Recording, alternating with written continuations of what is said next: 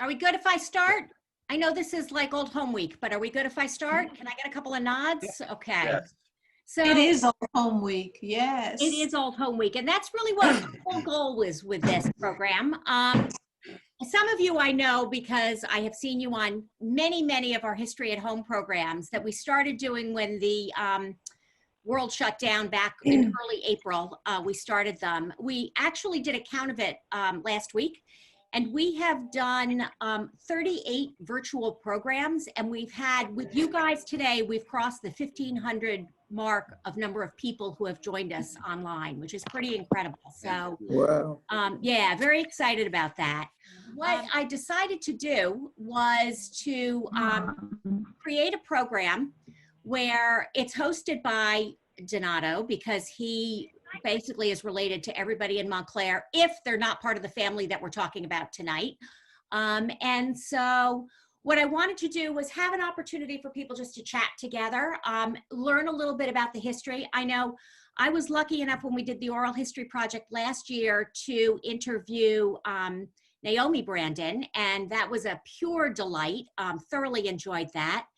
And so I thought that this would be sort of interview, sort of chat, and we'll see how this goes. With that, I turn it over to Donato, and I'm going to let you introduce our guests first and then start asking questions. Okay. Well, this is our first, hopefully many, and this comes out of the oral histories we did in 2018, which was Montclair's 150th year. And we're going to try and go through a lot of the people that we interviewed. There was a couple families. The Burtons were one. Some of my family was there, and the Brandons. So we're starting with we're starting with the Reese family. Lonnie and Nikki are Brandons, but their mother was a Reese, and their cousin is John Wood through the Reese family. And I'll let them introduce themselves. Let's start with John. Okay. Welcome, everybody. Hello. I'm John Wood, and I'm the former owner of Wood Caterers. My brother Larry, I don't know if he's on, was the owner of Wood's Dairyland.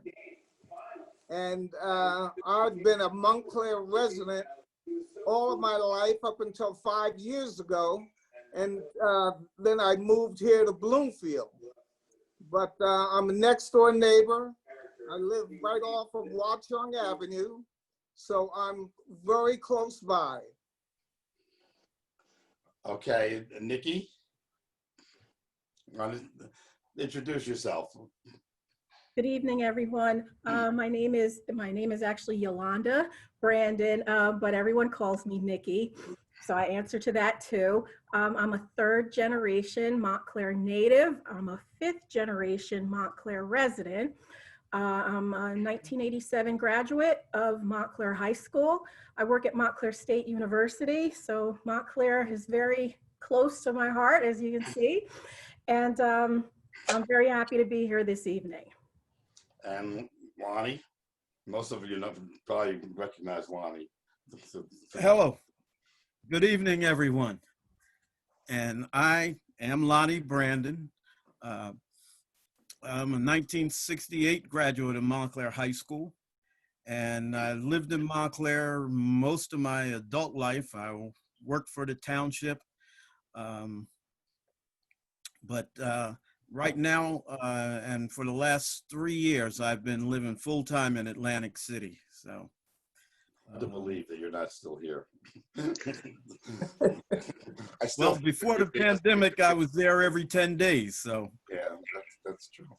All right, so mainly in your interview, in your mother's interview, I guess the Reese family came here, I guess, in 1925. From where and why did they come, do you think? Okay, so I guess I'll take that first. So the three of us, my dad, my cousin John, and I, are descendants of John Reese and his wife Blanche. John is a grandchild, my dad's a great-grandchild, and I am a great-great-grandchild. John and Blanche were born in the 1880s, and they were raised in a place called Kenbridge, Virginia, as well as 11 of their 13 children. Just a brief background on Kenbridge. Kenbridge is in Lunenburg County, which is in the southern Piedmont region of Virginia, and the locals in that area call it Southside, Virginia. And so I know, when you think about Virginia, the first thing that may come to mind about colonial and antebellum Virginia are the landed gentry families such as the Jeffersons and the Randolphs and the Lees, with their fine plantation homes and their abundant free workers and their wealth. Lunenburg County was not that. It was described as, at that time, it was described as a frontier area where it was described as a frontier area, and agriculture was its principal economy. Now, just a second. So just a couple of things to note about Lunenburg to put my family's journey into context. Lunenburg was sparsely populated. It was a backcountry. People who lived there had very modest means, and they had an underdeveloped transportation system. The Virginia Railroad did not come through Kenbridge until 1907. Lunenburg was also nicknamed the Old Free State because it threatened to secede from the state of Virginia if Virginia did not join the Confederacy before the start of the Civil War.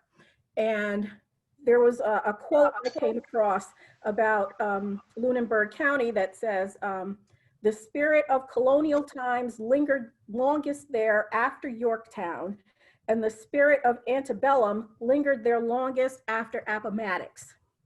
So taking all of that into account, I don't think anyone should be very surprised to know that my family would want to leave that area. And so in 1925, my great-grandmother, Mary Reese, and her twin sister, Ida, left Kenbridge and they came to Montclair, New Jersey. Their family followed them in the following year, 1926. John and Blanche came up with the remaining 9 children that they had at the time. And we've been here ever since, on and off. So the Reeses were here in 1925, and I guess your grandmother was born in 1927, I think? Yes, she was the first grandchild. Okay, so she's a lifelong resident of Montclair. And, right, so Lonnie, do you have anything to add to that? No, Nikki covered most of it. I can just say that, all of us were born in Mountainside Hospital, in fact, the hospital did a piece on us, I don't know, maybe 10, 12 years ago. Just, recognizing the fact that there were several generations of our family born there. And John, you were born in Mountainside also? No, it's muted. He's muted, Jane. All right, working on it. In the interim, Ruth has asked us why they moved to Montclair, and I will go ahead and find John and unmute him. That's a really good question that we've been asking ourselves. We have no idea why Montclair was chosen specifically. We know that they had relatives on their father's side, the Reese side, who left Virginia and moved to South Jersey in the Pittman area. And they were close with those relatives. But from talking to my grandmother, I found out they didn't, after the Reeses moved up here, they didn't really come up here and visit a whole lot. We also had a family in Norwalk, Connecticut, Blanche's grandmother, and all of her sons left Virginia in the period between 1900 and 1915. And they all migrated to Norwalk in Fairfield County. And we know that Blanche and her children visited with the uncles you know, they visited with them pretty frequently, I think, back in those days. But we don't know why Montclair in particular. Interesting. Well, Where did they move one- to? Go ahead, Lonnie. No, I was going to just say that one of the phenomena of the Great Migration was that most of the people generally went to a location in the north where they either had friends or families. And in Montclair, there were a couple other families. The Drews, you remember Calvin Drew that had the funeral home? His family is from Cambridge, Virginia. And Harrison Allen was also from Cambridge, Virginia. So, you know, you usually find little enclaves like that in the north where you have several, you know, people from the same location that will migrate to a common place in That's the the same north. migration pattern. Also, the Rudd family, Lonnie, Okay. John Rudd and his family Yeah. moved from Cambridge Mm-hmm. to Montclair. Right. Are you? I knew the Allens were related to Rudd. I didn't know that Rudd Right, came from him exactly. as well. Yeah. Yep. Are you related to the Rudds also? No relation, Okay, so but go ahead. neighbors in Cambridge, and everybody moved up around the same time. Mm-hmm. And so, and the Reese family had a catering business. Is that correct? Correct.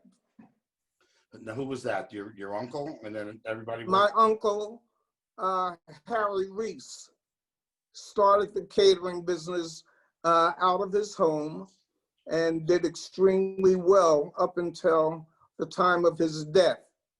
And back then, my mother and father worked with my Uncle Harry, and then branched off and started their own business. And that's how I got into it after my father had a couple of heart attacks and developed cancer. And then I left IBM to work in the family business. And then later on, it was Reese Catering, and then you had Wood Cater. Wood Caterers, right. But we both worked together. Okay, and Right. and most of your business was in Montclair, or Yes, exactly. Both in Montclair. so your brother Larry just opened the Dairyland, and you worked there also. The ice cream, definitely. Yeah, he was in the banking business. And when I took over the catering business, I asked my brother to leave the banking business to come and work with me. I couldn't handle catering and the dairy part. And that was making ice cream and different desserts, cakes, things of that sort. And it was just too much on one person. And so Larry and his wife came in and took over the ice cream business. What year did you have you take over the ice cream business? Because that was Rudd's Dairyland first. 1968. Because And, back then we knew Rudd's, and then all of a sudden it was Woods, and the ice cream was great either way. Exactly. It's funny because I'm sure that you know Applegates in Montclair, and you know Donna Littlefield. Donna's father started Applegates, or grandfather. I'm not too sure which is the proper one. But anyway, Donna's father had a man by the name of Curtis Allen that my father knew extremely well. And he came to work for us. And he left Applegates and came to work for us for about 2 or 3 days a week, making ice cream until he taught Larry how to make the ice cream, and until his death. And Larry made the ice cream, made 30, 35 flavors of ice cream on a weekly basis. So, yeah. And what year did you close that business? Was the Larry? 2004.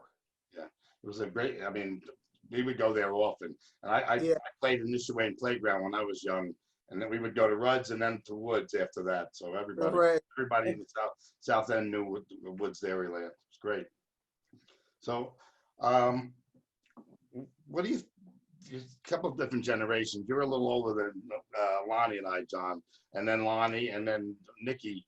Growing up in Montclair, I mean, what did it mean to you? What did you think was your highlights of being in Montclair? I enjoyed growing up in Montclair. I didn't do much traveling back to Virginia. My father didn't want to go back. And he said that there were a lot of prejudices there, and he wanted us to stay in the Montclair area. And as I grew up in Montclair, I had a few white friends that we were in elementary school. And then as we got older, we kind of strayed away from each other. But I did have friends growing up in Nishawayne Park, Joe Mealy, Bobby Festa, Ray's brother.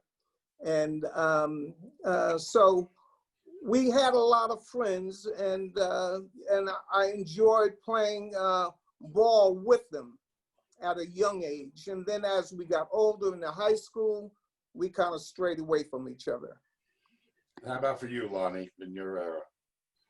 Well, I'm about 7 years younger than John.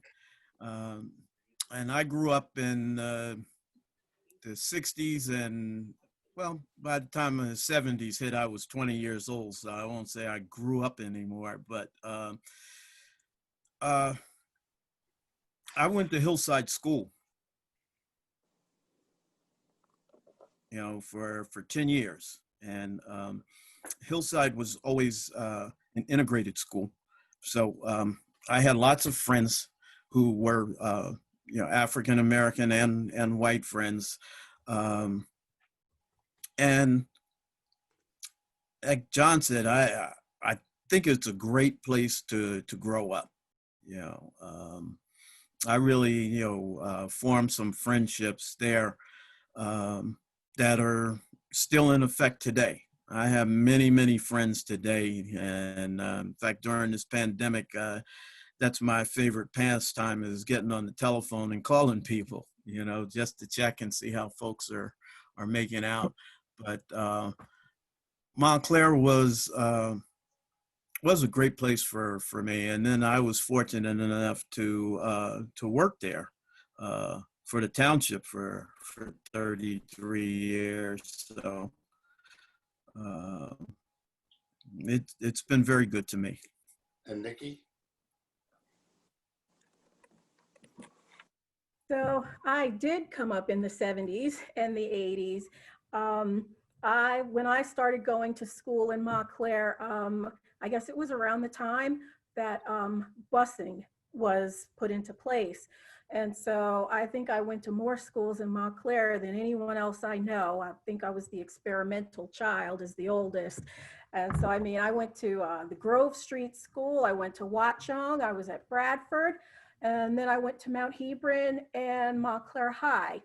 And I think looking back in hindsight, Montclair was a wonderful place to grow up, but I don't know that I really appreciated that, when I was younger.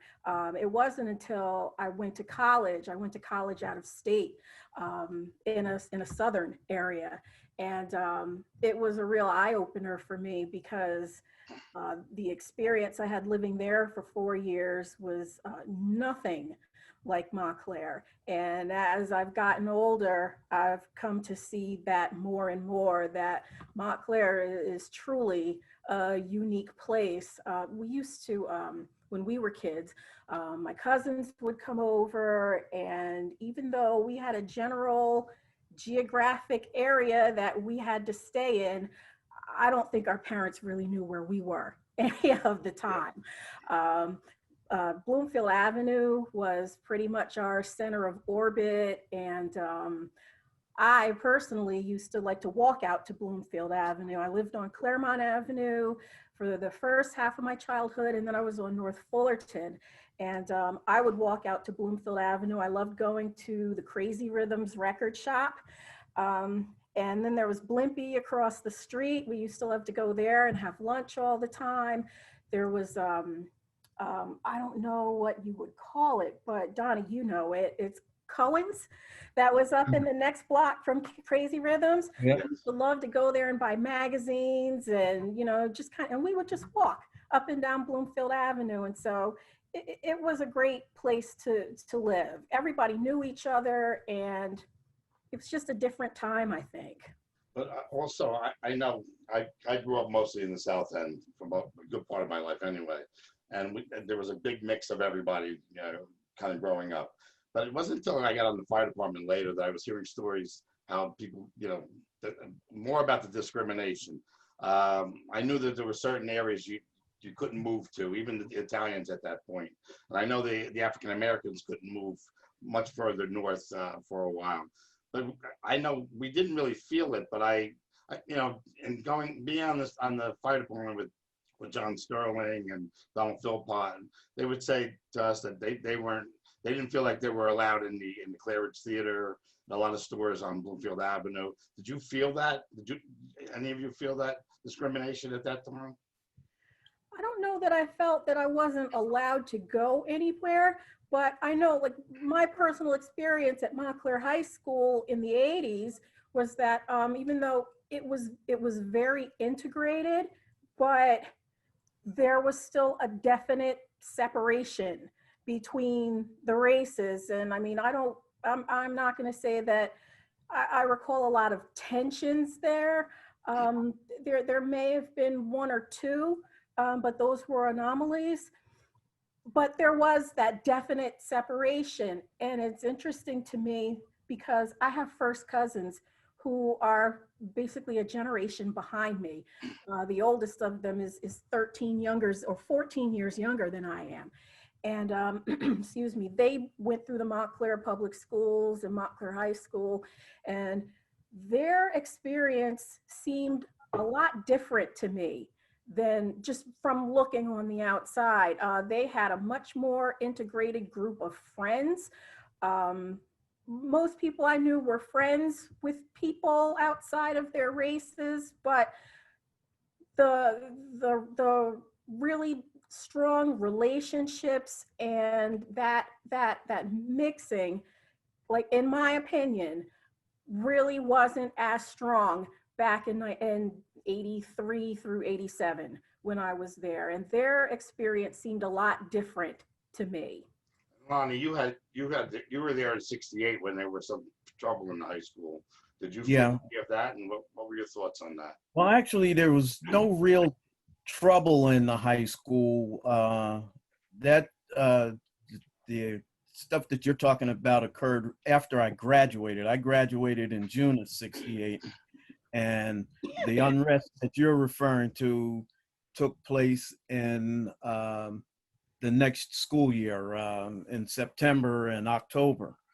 But while I was in high school, at my senior year particularly, that was the year after the riots took place in Newark. And there was a lot of unrest and a lot of tension, not unrest, but tension, because of the riots that took place in Newark. And there was not a lot of interaction between the races because of that. And so there was some tension, but no real incidences or any unrest. So, but I'm just trying to think back. I mean, it's been over 50 years now. But I recall, growing up in Montclair, where, prior to that, we had segregated YMCAs, and we never did go to the Claridge movies on Saturday. We always went to the Wellmont. And, we just kind of stuck to ourselves. We Did you didn't feel feel that we were forced to, but was we that did. more perception? I mean, I know in the 50s and 60s, that was probably more reality. But by the time, like, we were in the 60s, was that more of a perception that you couldn't go to those places, or you just didn't go to them? I know, like, I didn't go to Upper Montclair very much either. We didn't feel Mhm. we wanted there either. The No. Italians. But was Well, that your perception? I do know, Donnie, that a lady who used to be my parents' tenant, she used to, do you remember when Grunnings was on Bloomfield Avenue? Yes, yeah, sure. Well, she could only work there, but blacks could not go there. Yeah, that's what I've heard, that same thing. Yeah, she could only work there. And I always felt, I lived in the southern end of town too, and still do. I always felt that South End was predominantly black, Upper Montclair was predominantly white, but the middle of Montclair was always naturally integrated. As far as, I think Lonnie's right, as far as staying together, basically we did, because we knew that, for example, what's the name of the place that used to be in Upper Montclair where you would get the awful Bonds. Yeah. Bonds? Okay. I didn't go to Bonds until maybe my senior year in high school. Maybe went up there.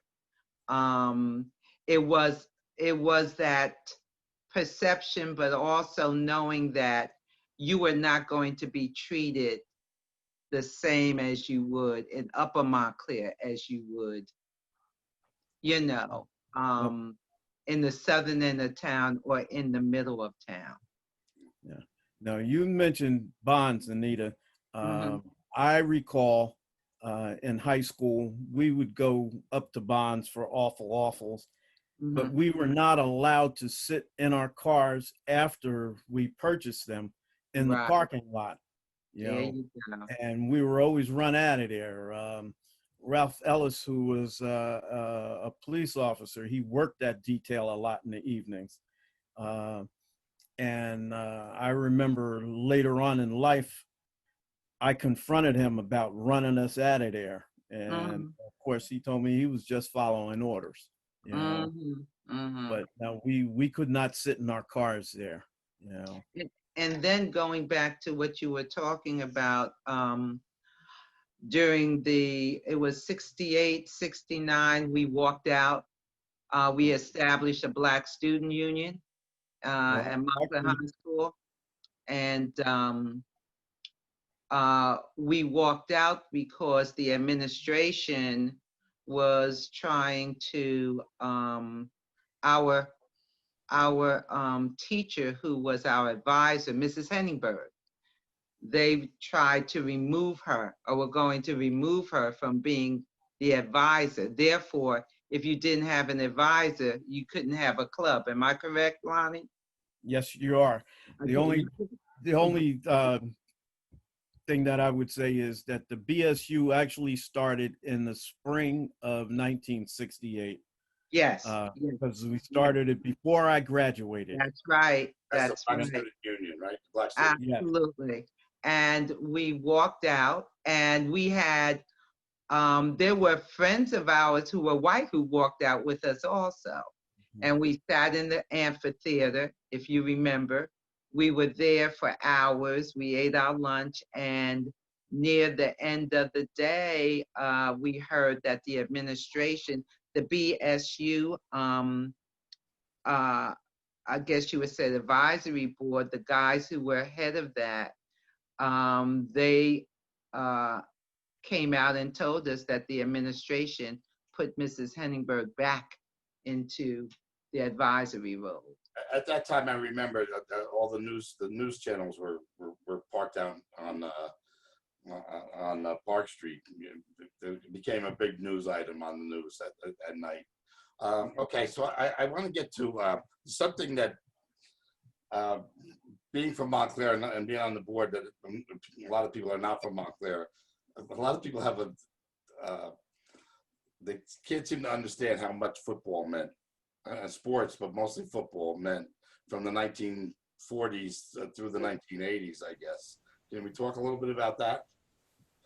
Probably by the time Nikki, you were there, it probably wasn't as prominent. But when Lonnie was there, and when John, and when I was there, that's everybody in the town knew about the football team, almost like a professional team.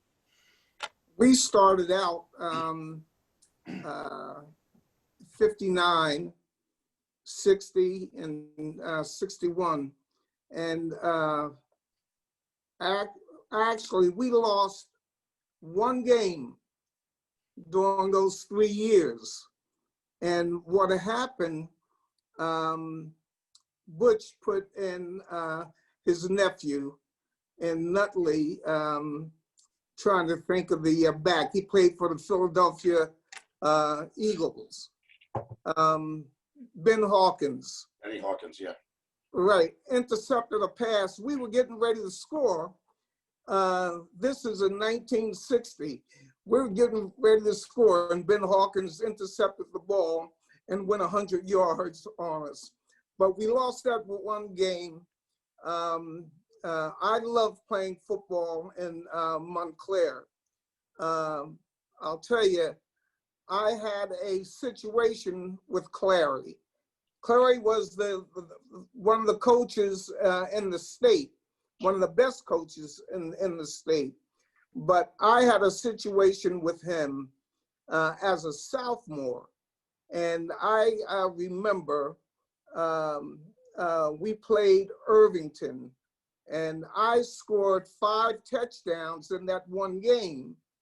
And what happened when we came back to Montclair, Butch and Mike Oriole talked to me, and they wanted me, Bobby Martin, Ben, can't even think of Ben's last name, but anyway. Mobley? Who's that? Ben Mobley? No. No? Oh, Mobley, Okay. yes. Yeah. Yes, thank you, Lonnie. But anyway, wanted us to play. Ben was playing varsity ball as a sophomore. And I was trying to get in there to play. What happened, Clary didn't want me to play because of what I did in a practice against one of his star running backs. And I'm not going to mention the name because everybody knows him, and he's a good friend of mine. But what I did, I clotheslined him. I was playing cornerback at the time, and I clotheslined him, and Clary threw me out of the game, told me to run around the track until I got tired and go home. And ever since that day, Clary and I never saw eye to eye. Butch Fortunato and I were close up until the time of his death. Mike Oriole, the same. We were all close, and they wanted me to play. Clary didn't want to see me in there, you know, but I did start as a junior. And that was the hurting thing about football in Montclair with me. And I know that my brother was a great running back. He came up 2 years behind me. Lonnie was a great running back. You know, he came up 7 years behind me. But I love football. I did not like the way Clary handled me. Clary Anderson.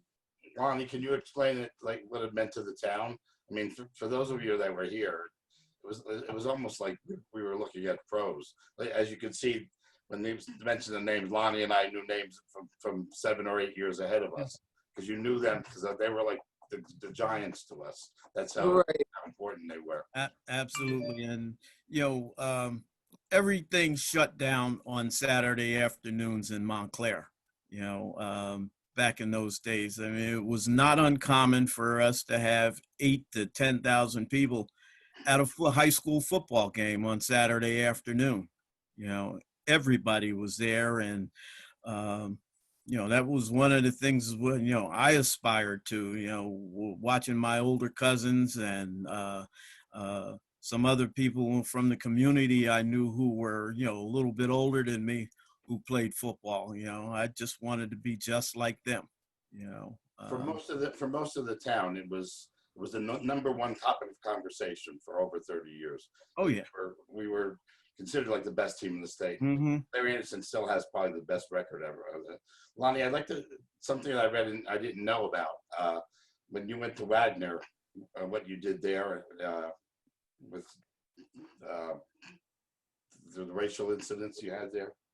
Well, in 50 years ago, in the spring of 1970,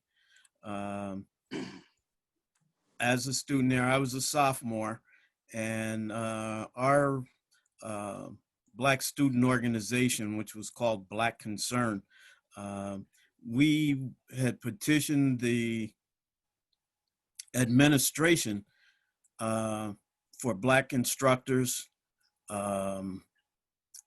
Black studies courses, and because there were absolutely no professors on that campus. There were 3,000 students there. Excuse me for just for a second. This is Yeah. Wagner, where you had a Yeah, that was at Wagner. I was there on a football scholarship.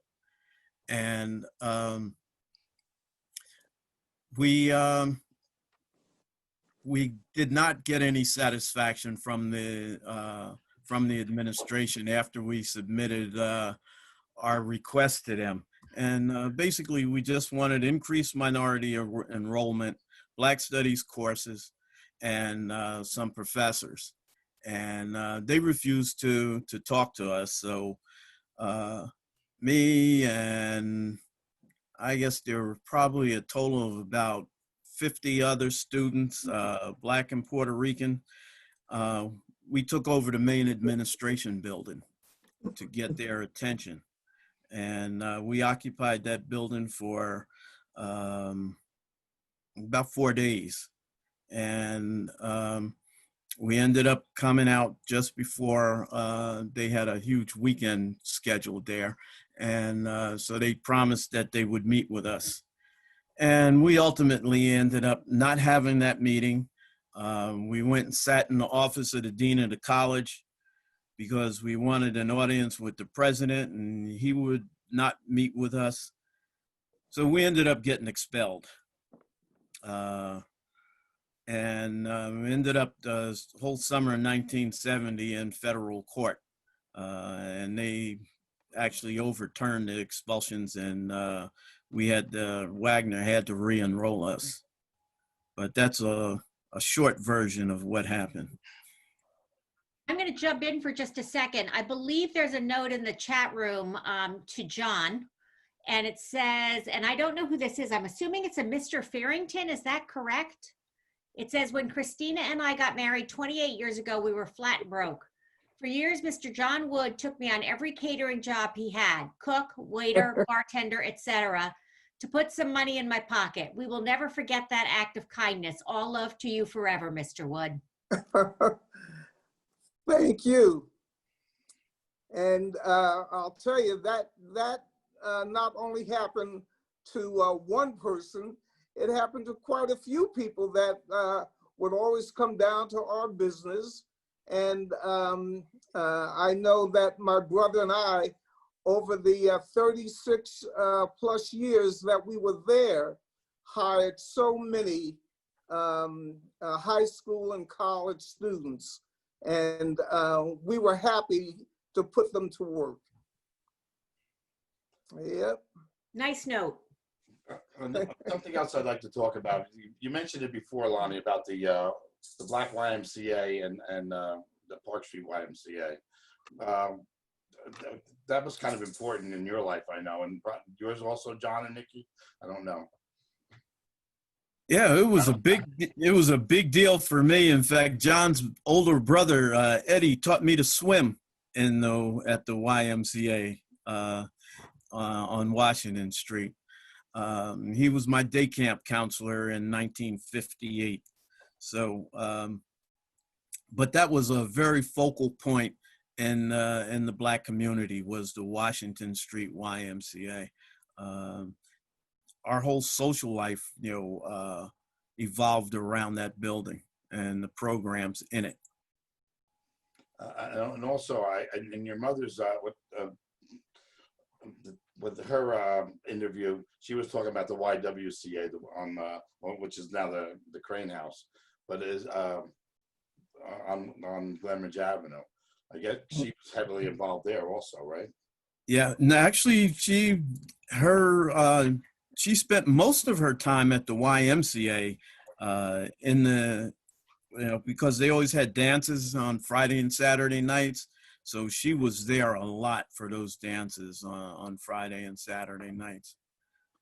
And they also Go ahead, Lon. go ahead. We grew up, my siblings and I. My father bought us membership every single year, and we would attend the YMCA on Washington Street. And I'll tell you, I met most of my high school friends there, Elvoy Christmas and Jim Eason and the Spivies. And we were all members of St. Paul Baptist Church. And we started a basketball league there, which was so helpful to me. And, growing up, we were there at the YMCA. If we weren't playing basketball, we were playing ping pong or pool or something there, swimming, like Lonnie said. And, we had a ball, and my father, even when he and his brothers came up, they played basketball. I had pictures that I was circulating through the family this year of my father back in 1940 playing basketball with his brother Richard.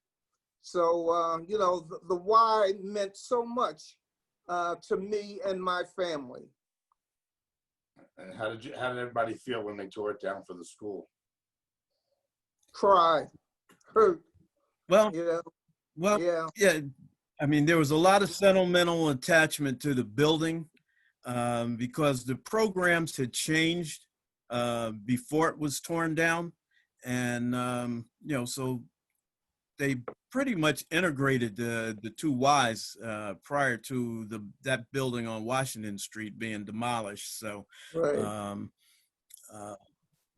I mean, for me, I didn't have a whole lot of sentimental attachment to the building, but it was more the memories and, the friendships. Like John said, we had friendships there that were formed. I talked about John's brother teaching me to swim when I was 8. Well, I was attending a day camp there, and there were two guys who lived further north than I did, and they would walk through my block on North Willow Street every morning and pick me up to go to the day camp. And we never learned each other's names until we got to 7th grade, like 5 years later, and we were all in the same school there. And, and we were like, oh, that's your name. I remember you, There was a question in the chat room saying, whatever happened to the grave sites that they found when they were building the new Bullock School? I believe I'd heard they were reinterred. Reinterred up at Mount Hebron. At Mount Hebron, okay. Yeah, I was on the tour there, and that's what they showed us, those. Okay. From Mount Hebron. Donato, I know you want to ask him about the African American Heritage Parade, and I also want to leave a little time for people to ask questions themselves. So. About the Heritage Parade, the beginning of that, and what that's meant for the last, it's 31 years now, I guess. Yeah, so we started in 1990, And, we started that, the parade and the festival to combat some antisocial activities that had taken place in town, where young people were gathered, and there were fights and stuff, that took place afterwards. And a group of adults, we got together and decided that we needed to offer some alternative activities. So we brainstormed, and Audrey Fletcher, who was the Fourth Ward Council representative at the time, pretty much spearheaded the development of the parade and the festival. And I had been working for the township for several years at that point in time, and had always worked on the 4th of July parade. So Audrey came to me and asked me if I would lend my expertise in running the parade to that initiative. So that's how I got involved, right from the beginning. And in fact, when she first broached the idea to me, I told her, I said, well, that's a great idea, and we'll be able to work on this, and next year we'll be able to really do something nice. She says, no, I want to do it this year. And this was like in January. So I said, this year? She said, yeah, no, we can't wait for next year. We got to do it now. So we met every Saturday from January to May. And initially, the first two events were held in May, because we decided that we wanted to offer that activity as part of under the May and Montclair umbrella. So and then so we were doing it the last Saturday in May, and then we got rained out in the third year, and we moved it to the first Saturday in June, and we've been doing it the first Saturday in June ever since.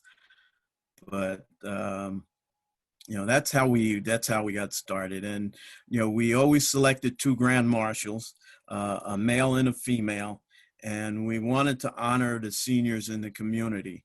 So the first dozen grand marshals or so were all well into their 80s. In fact, it was so bad, some of those folks died within a year or two of serving as the grand marshal. And then we started to experience some problems getting somebody else to do it, because they thought they would be cursed if they did it.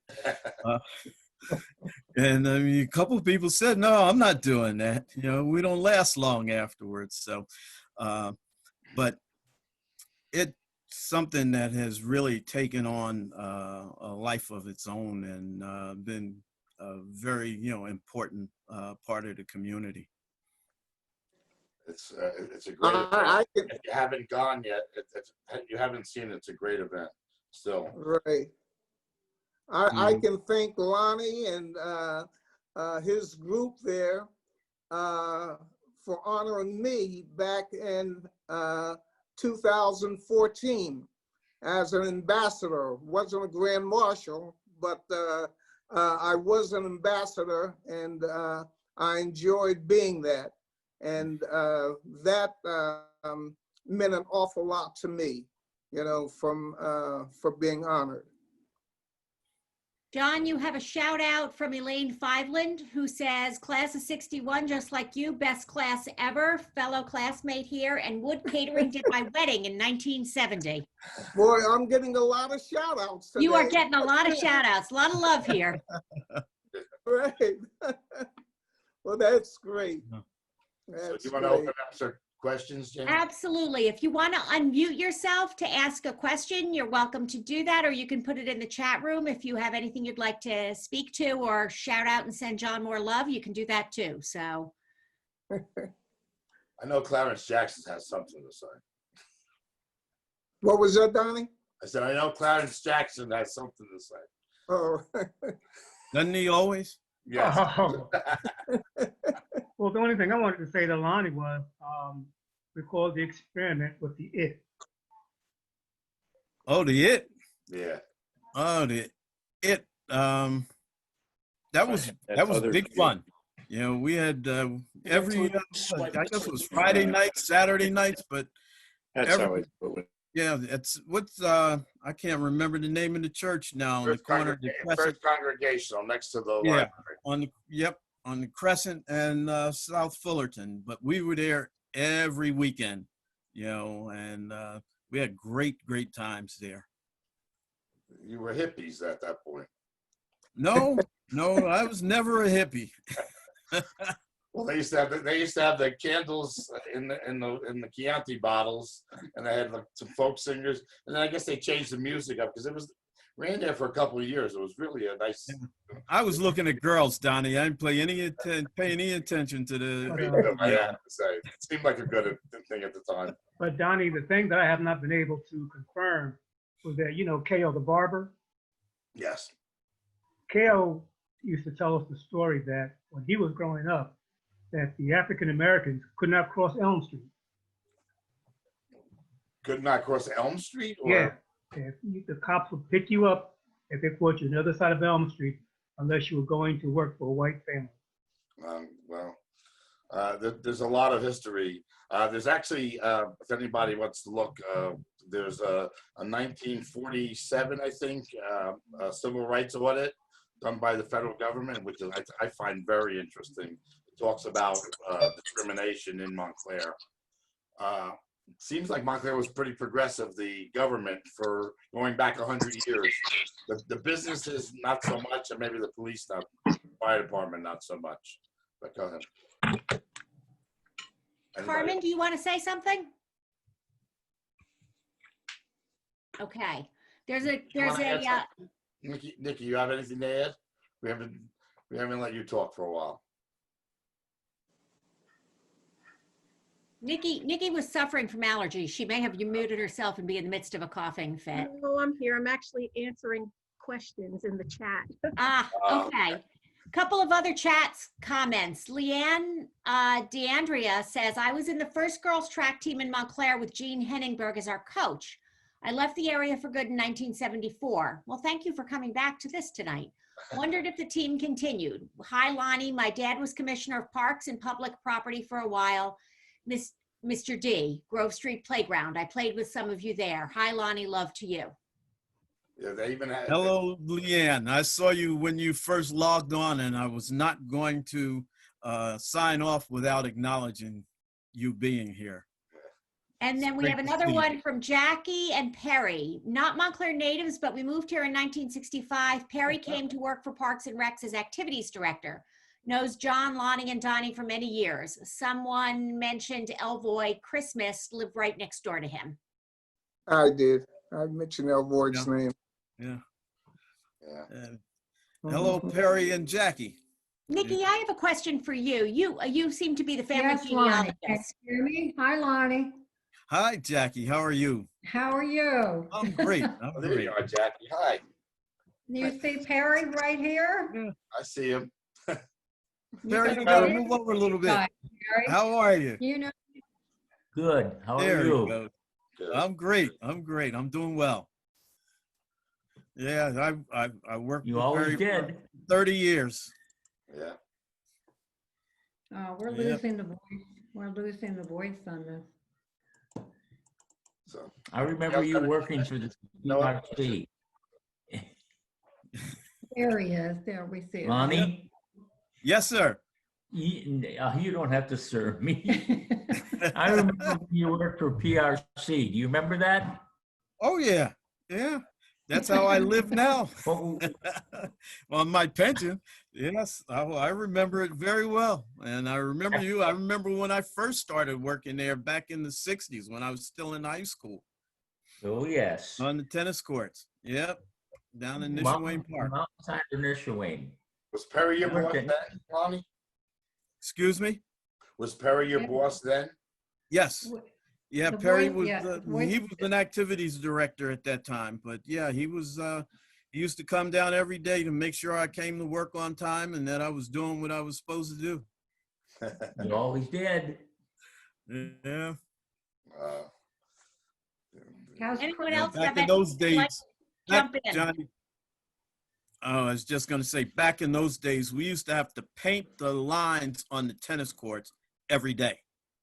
You know, they were clay courts, and we used to have to paint the lines on there every single day. And didn't look too good of some of the times when I'd been out drinking beer the night before. The lines are a little wavy. They sure were. Oh, God.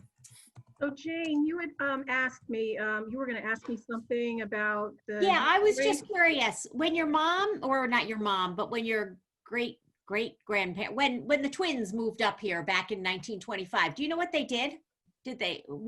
How'd they work? What'd they do? So I'm going to actually share a screen now. I meant to do this before. So these were the twins. My great grandmother Mary Reese is on my right, and her sister, her identical twin Ida, is on the left.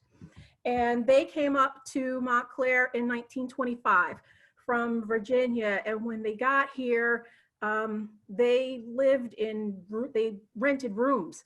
And we know that they lived in a rooming house on Hartley Street. They rented rooms there.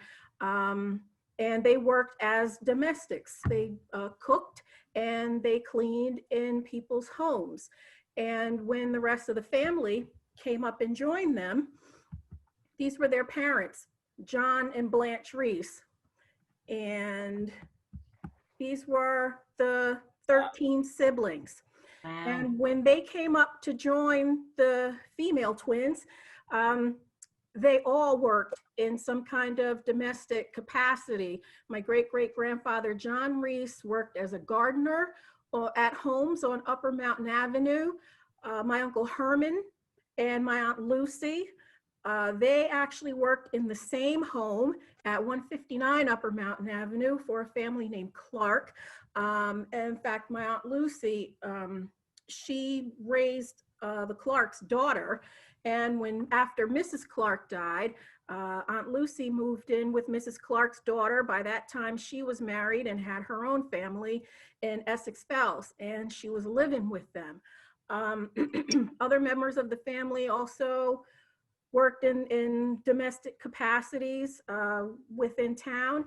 And I think that has a lot to do with how we ended up with 2 catering businesses in town. And I know that, some people may say that, that's maybe not something to be very proud of, but I think it's the exact opposite. I think that the experience that they gained with what they did allowed them to branch out and own businesses, the skills that they got through that. And somehow my great-great-grandfather passed away in 1935 while he was working at a house on Upper Mountain Avenue. And he left my great-great-grandmother to raise 13 children well, they weren't children by then, but she had 13 kids that she had to raise on her own. And somehow through her work as a laundress and working in those catering businesses, she was able to send one of her sons to college to become a doctor. Okay. So, it's been a very interesting trajectory that we've had, I think. And we've lived all over town, Willowdale Avenue. Like I said, we started out on Hartley Street. For a while, the family lived in Bloomfield, Vine Street and Besida Street. But then around 1940, I guess, came back to Montclair and lived on James Street. And in 1955, my great-great-grandmother purchased a house on Madison Avenue, which had been owned by Dr. Kenny, who founded the Black Community Hospital in Newark. And that's where they lived through the 90s. great photos. So before we lose people, because we're at our hour mark, I just wanted to mention that the next one of these is going to be October 27th. We're going to do these once a month. We hope you join us. And we continue with our History at Homes every other week. The next one is this Thursday. It's at 12 and at 7 p.m. We do them live both times, so whichever one's more convenient for you. And Joseph Smith, who was on earlier, I don't know if he's still here now, but he is an actor. Are you still there? Yep, there we go.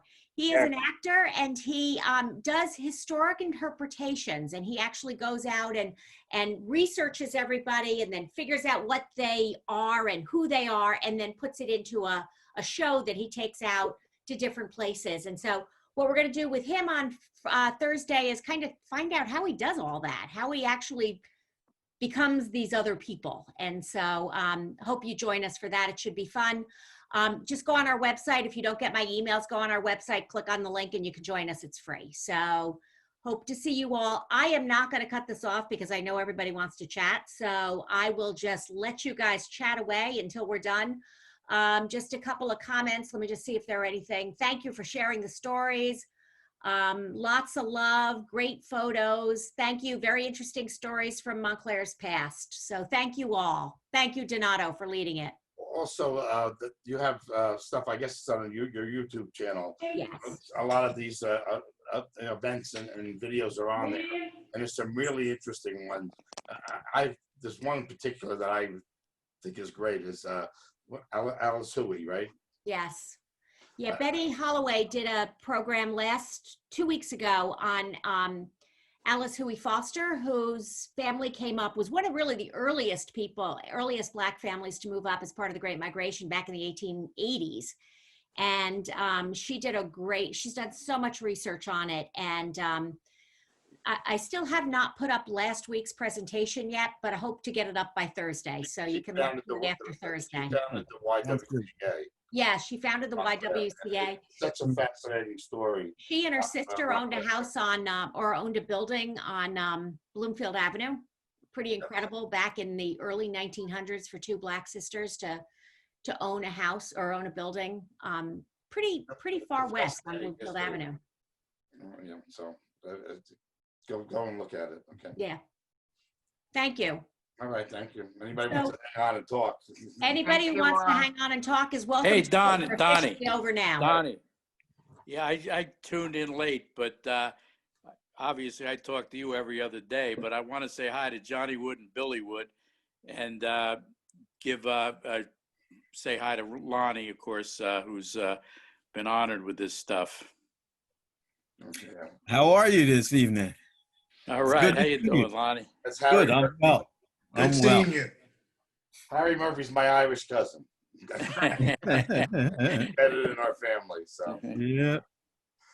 This was great. Thank you. Anybody wants to stay and talk, just stay for a while. So I guess we can just end it when we want. We just leave, I guess, right, Jen? You can leave if you want. I would just like to say to everyone participating tonight that this is probably one of the reasons why I moved to Montclair, because you made it feel so much like home. And when I look at and listen and hear these stories, it's living history. It's, you know, and it's really warms my heart to, you know, hear the memories that have been evoked tonight. So it really is very enlightening and very enjoyable. So thank you so much. You're welcome. Thank you. Thank you. Okay. Donnie, I have one picture I didn't get to that actually you were talking about my dad with the protests at Wagner, and I actually You have his afro? He's laughing, but this is a picture taken that was published in the Staten Island Advance newspaper at the time, and that's my dad on the left. And that's him with two of his friends, and they were reading out their list of demands for the administration on top of one of the buildings. Lonnie, that looks like Bobby Pierman, is it? No, No, the guy in the center is John Bailey. He's from South Brunswick, New Jersey. And the guy on the right who's reading is Wayman Young, who was from Harlem. Oh, But we were actually reading a statement to the student body at that point, explaining to them why we had taken the building over and why we were occupying the building. interesting. That's where I moved from, Staten Island. Okay. Whereabouts on Staten Island? Well, one time I was living just right down the block from Wagner College. I used to go to the library up there. Mm-hmm. And I've been in the Sunnyside area, the Grimes Hill area, West Okay. Brighton. So, yeah. Okay. Yeah, I was on a virtual homecoming at Wagner on Saturday. In your interview, you said you're on the board. Are you still on the board there? I was on the alumni board for 2 terms, but I've been off now for 3 years, I believe, 3 or 4 years. Montclair has had so many alumni going all around the country, and very impressive if you start reading some of the alumni and things that they've done over the years, especially the African American alumni, because they were probably first generation in the colleges around that time, right? And your family, well, it doesn't look like you were first generation. No. Uncle Preston and Uncle Rollin both went to college, and then Billy Wood, who's on here, he was before me. In fact, Billy was very valuable to me when I was in high school because he was my mentor as I went through high school. He was about 5 years older than me, but he told me what to look out for and Uncle things Billy. that I needed to do. Yeah. Well, that predates high school. Yeah, we had just a half a generation before us that went to college, and you're looking for help, trying to figure out where am I going, what am I doing, so yeah, interesting. So, Hey, Billy, Donnie, that's Uncle. Hey, how you doing? We saved the state of New Jersey when we were in the National Guard together. I remember. Yes, we did. 550th. Yeah, man, you said it. You remember Joe Diamond? Yeah, sure. We talk at least twice a week. No kidding. Yeah, Joe, he's out here. He's been out here now for, my goodness, almost 50 years too. Jeez. You're in California that long? Years have gone by. Wow. Hey, Lonnie. I'm still younger than Lonnie. When they were talking about football, you forgot to mention the Eagles.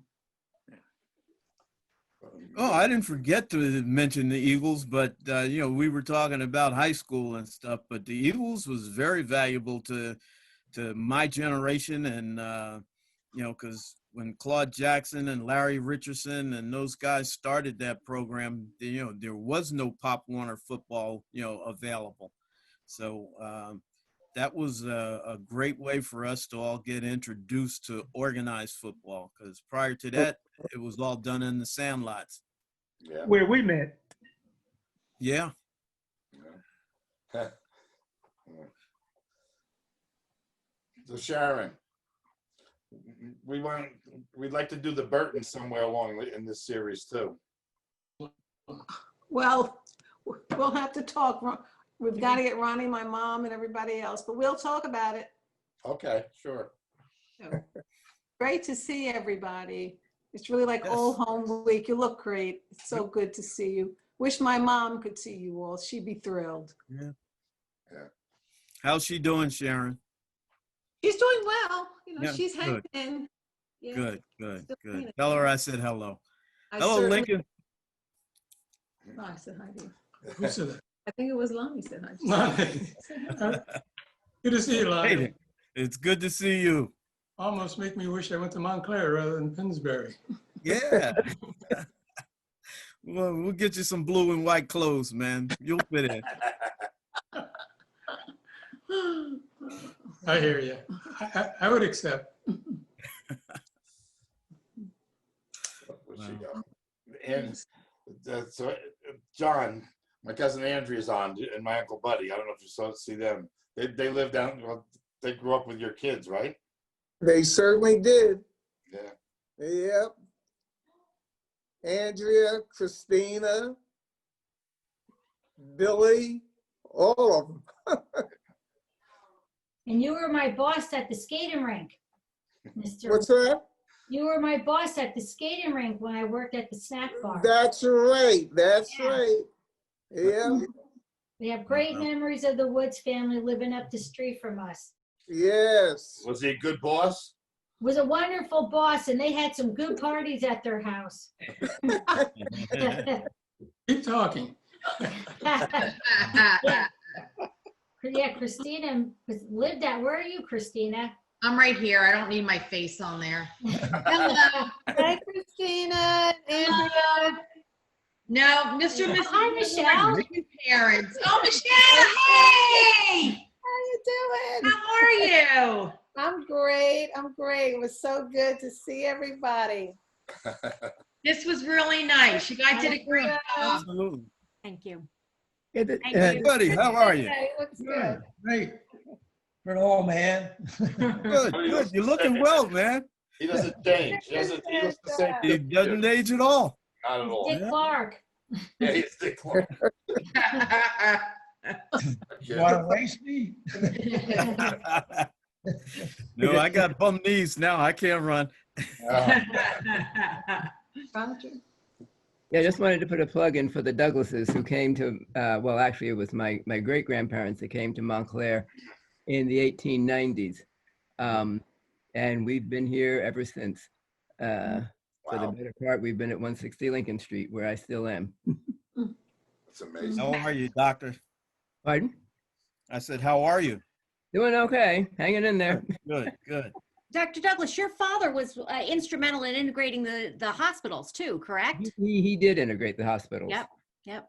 He was the first Black attending physician at Mountainside Community and St. Vincent's. Wow. And Awesome. Wow. yeah, I'm still working part-time. And I think I might have seen one of my cousins, Penny Coram, because my grandmother used to tell me that we were related to the Corums. And I don't know if it's the same Coram or not. Sure, why not? Yeah. Calvin Coram here. Okay, okay, but I think there's some Corums in on my grandmother's side, and actually I think it was my grandmother's parents who came. They were Nickens, and like I said, we've been in Montclair since the 1890s from Virginia. Wow. What part of Virginia? I'm not sure. Like I said, I'm still kind of working. And I haven't had, it's one of those things that I really want to do is to find out, where in Virginia, probably my mother would have known. When you were talking about Jean Henningberg, she and, my mother and Jackie Brown were, I think there were 6 Black teachers that first, that integrated the Montclair Public Schools. Mabel Hudson, I think, was one of the first Black teachers in Montclair. She was at Glenfield. I had Mabel Hudson at Glenfield with Elaine Douglas. They were both the first 2 Black teachers at Daisy Douglas. I'm sorry. Yeah. They were the first 2 Black teachers at Glenfield School. Yeah, mom was not she was not with the first group. I think she was with the second group. The first Black teachers that they had were very, very fair by intent. And it wasn't until a little bit later, I think Jean Henningberg might be one of the first brown-skinned ones, even though Mrs. Henningberg, she had brown skin, but she had European features, shall we say. Yeah. And some of the things that Lonnie was talking about, happened after I left. I left in 1964 when I graduated. And when you were talking about the school system and things like that, even when my father rather went to Montclair High, of course it was the only high school So it was integrated. But his story was that because he was a Black kid and his parents were working class folks, he was put in the vocational track. And when he graduated from high school, he didn't have the credits that he needed to go to college. And he had made friends with Frank Thompson's son. Frank Thompson, they used to be on Orange Road. The doctors, there was Frank Thompson, and then there was Dr. Lynch. And my dad was around the corner, but my dad had made friends with Frank Thompson, and they were going to medical school at Howard, and he couldn't go because he didn't have the credits because he was put in the vocational track. So he did another year of high school, and then he went on to Howard and got his MD. He didn't get an undergraduate degree back because that was during the Depression, I think, and he got it. He got an MD in 6 years. They kind of contracted this course of study so that he could get an MD in 6 years without getting an undergraduate degree, in the interim. And I can remember I see Harry there's Harry. When I went to, Harry and I graduated together, high school. I can remember going to Grove Pharmacy where Harry, do you still work there? I'm still there. Okay. I went there before my mother died, so it must have been in the 1910s. I'm not sure when. And there was this book on the counter, and there was a picture of my father on it. And I said, what is this all about? And it was talking about Legends of Montclair, and my dad was in it. And it was something that had been, I think, put together by the Montclair Historical Society. And there was this, I came back home and asked my mother, did you know about this? And they said, no. But there were things it was actually written by Mike Farrelly and Beth Shepard. They're involved with us, but we weren't involved with it. So. Oh, okay. Yeah. Okay. Here, did you leave? Pardon? Mike Farrelly just left. Oh, he just left. Okay. I assume I got a thank you on there from him. So. Okay. But he was. And Beth Shepard was on as well earlier. Oh, she was. Okay. Yeah. But Mike is the one who actually. There was an article in the Montclair Times. It must have been in February 2015 about the Black families that have moved to Montclair, and that's where I learned some of the stuff about my family. And I think the Burtons were mentioned in that article. I'm not. Well, we came here in the 1880s, so we've been here a long time. No, I think you were. And what had happened was when the Times was doing when the Montclair Times was doing the piece, like I said, it was February 2015, and they called me the last Monday of February and said, we're going to be doing a piece about Black families in Montclair. And I said, well, you want to talk to my mother because she's the one that knows the history. And they said, no, we want to talk to you because you're fourth generation Montclairite. I said, okay, fine. And we had this little conversation. And he said, whoever it was who wrote it, it's Ricardo Consular. I don't know what his name is, but anyway, whoever it was that was writing the article said, we were doing it for Black History Month. And I said, Black History Month ends on Thursday. This is Monday. And he asked, do you have any pictures of your family? And I said, when do you need it by? He said, tomorrow at noon. Yesterday. Tomorrow at noon. And I said, the only thing that I had was a picture of me, a recent picture of me. And so that's the one that they use. And they have a picture of my grandmother with her parents. And I hadn't seen the picture before. My mother had seen it. But yeah, we've been around for a while. Mm-hmm. And Dr. Darden was also around for a while, wasn't he? Did he work? I don't. That might be in fact the case. I don't remember. I remember the house that he used to live in was on Orange Road. I didn't know he was a physician. But that might well be the case. I know that he used to have some fabulous parties, and that I remember at one of the parties where my parents met, that my parents went to, they saw Ozzie Davis and Ruby Dee. And Ozzie came up to my father and said, "How you doing, Fred?" And Dad looked at him like, "Pardon?" And Dad and Ozzie Davis had been in the service together. Dad was a captain and Ozzie was a private. And Dad used to get on Ozzie about his, I don't know if it was his drinking or something like that, or smoking. And Dad had forgotten all about it. And Ozzie remembered it. And Dad by that time had died. I had seen one of Ozzie's daughters, and Ozzie was still alive at the time, and told his daughter about the story. And she went back and she asked her father, "Do you remember Fred Douglas?" And he said, "Yeah, I remember Fred." But yeah, but there was this party at the Dardens, and yeah, that was definitely back in the day.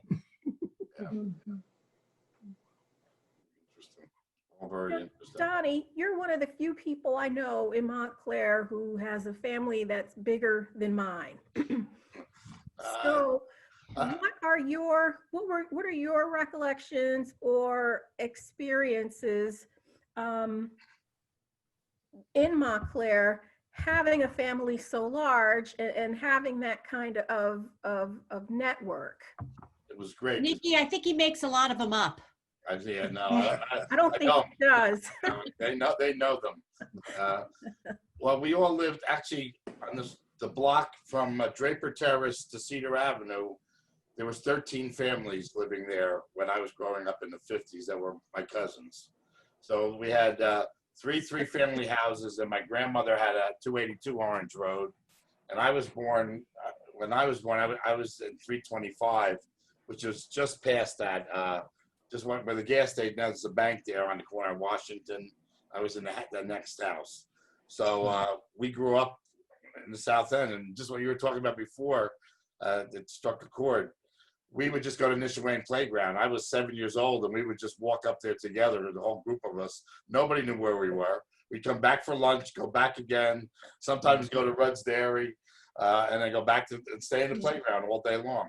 That was another thing for those of us in Montclair, I thought the playgrounds at that time were the greatest things, because everybody went to the playground next, in your neighborhood. But by your time, Nikki, most of that wasn't the case then anymore, right? Yeah, no, we weren't going to playgrounds. Yeah, so we would go and we could be there all day long. I mean, and they would hire teachers to run each playground. So almost every playground in town had all kinds of events and people just coming there. I don't know that you could do it today with the insurance. I know that, but most of us remember that, and it was a mix. I mean, and like you said before, from the South End to the center of town, there was a mix of people. Upper Montclair was almost all white at that time. Yeah. So it was different. Actually, we still had playgrounds in Montclair when Nikki was a kid, because I actually have a picture of me and my youngest daughter, Kendra, flipping a hamburger at one of our playground events. But that she couldn't have been any more than 2 or 3. So what year would that have been, Nikki? 76 or 77. She's still a kid. Nikki's still a kid. Penny is asking you to talk about the proximity of our Reese family homes. Well, actually, I just heard Donnie say that his family was on Draper Terrace and Orange Road. We were pretty much right around the corner from there. Nanny Reese, who was Blanche, she owned the house at 39 Madison. But the Wood family, Lola, raised her boys on Willowdale Avenue, right around in Draper. On Draper, you're Draper, okay. 39 Draper on the corner of Willowdale. Okay. Mm-hmm. So they were there. Uncle Herman was on Willowdale Avenue. Who else was in that general area that I missed? And Ida. Okay. Yeah, Aunt Ida. Yeah. And Uncle Roland at one time. I've been walking around down there a lot lately. I just park and I walk all around there for my exercise. And Great. everything looks so much smaller now. Everything looks so, the streets look so big then. But it was great to grow up there because it was flat. You could ride your bike. There was a brook to play in. There was a playground. So it was a great area to grow up. We were in the brook a lot, actually. So. The brook, you know, near the brook. But it was interesting because we grew up, there was a mix. I mean, there was a pretty good mix of people, diversity down there. And actually the Debnams lived right next door to my aunt, and they had a catering business also, I guess, right? Yeah. Until relatively recently. I mean, in the last 10 years or so. And he looks great. He's got to be what, 98, 99 now? He's probably more than that. Cause I don't think he's hit 100 yet, but he's either 98 or 99. But my aunt that I was just talking about that lived next door to him, she's going to be 102 in December. Wow. She's in great shape. So we'll get her on. Well, I'm going to get her, and her first cousin is going to be 100 in February. So, and they're both can talk a lot and they're feisty. So I'd like to get them on soon. They sound like a good couple to put on. Yeah. So it's now 8:30. I am going to wrap this up because you're always supposed to leave them wanting more, right? So why don't you come back on October 27th and we'll see you again, and we'll somewhere between now and then we'll find out who the guests are going to be, and just keep an eye on our website and our emails. If you're not getting our emails and would like to, you can subscribe to our email list on our website. Just do that. So hope to see you all again in a month. Hope to see you all again in 2 days when we do our interview with Joseph Smith. So thank you, Donato. Thank you to everybody for joining us, and thank you for having us, Nikki and John. Thanks, Donnie. Great opening. Okay. Yeah. Been fun. Everybody. Thank you. Bye-bye. Bye. Have a good Bye-bye. night. Good night. Great job, guys. Okay.